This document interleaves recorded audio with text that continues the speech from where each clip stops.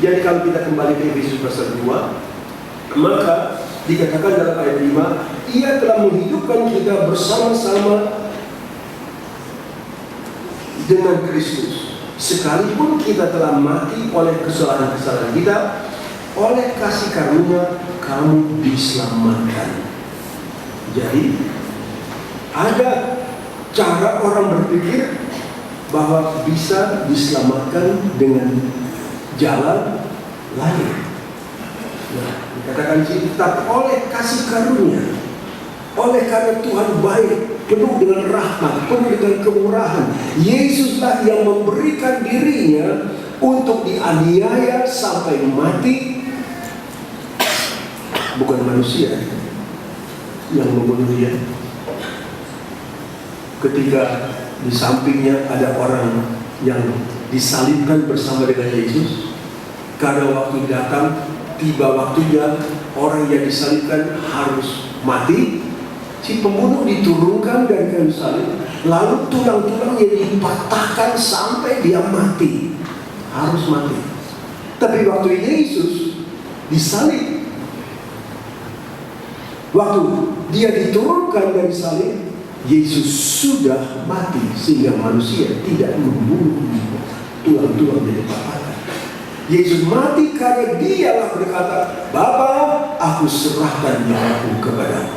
Disitulah Yesus mengembuskan nafas terakhir sebagai manusia, tetapi Dia berikan itu kepada kematiannya itu oleh karena Allah, oleh karena kasih-Nya, bukan oleh manusia. Yesus mati. Manusia yang menjatuhkan hukuman datang dari seorang raja, seorang hakim. Dia berkata sebetulnya Yesus ini tidak bersalah, seharusnya dia dibebaskan. Tapi orang-orang Yahudi yang sangat benci kepada Yesus lalu berteriak, berdemo, berkata, salibkan dia, salibkan dia, biar darahnya tertanggung atas kami dan anak-anak kami. Turun sampai seterusnya. Nah, itu manusia menjatuhkan hukuman, tapi Yesus memberikan nyawanya kepada Bapa, kehidupannya kepada Allah dalam surga, tetapi Dia mati sebagai manusia. Dalam kata Dia menderita yang hebat.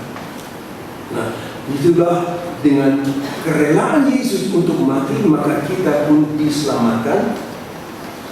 Dikatakan lalu dalam ayat yang ke-6,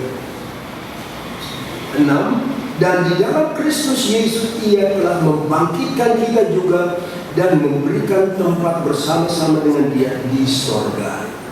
Keselamatan membawa kita pindah nanti ke dalam sorga. Haleluya. Supaya pada masa yang akan datang Ia menunjukkan kepada kita kekayaan kasih karunia-Nya yang melimpah-limpah sesuai dengan kebaikan-Nya terhadap kita dalam Kristus Yesus.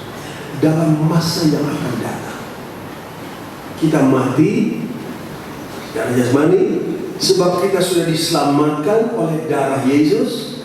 Roh kita ini dilahirkan menjadi baru, lalu kita mendapat tempat dengan Tuhan bersama-sama di mana? Di sorga. Kalau sudah sampai di sorga, bukan lalu kita tinggal duduk aja mikirin yang dosa-dosa yang lama. Tidak. Di sana di sorga, supaya pada masa yang akan datang, di waktu yang akan datang, kita sudah di sorga, kita tidak tinggal diam, masih ada lagi di dalam sorga itu Tuhan menunjukkan kepada kita kekayaan kasih karunia. Oleh kasih karunia Tuhan selamatkan kita, tetapi belum seluruh kasih karunia Tuhan sudah berikan kepada kita.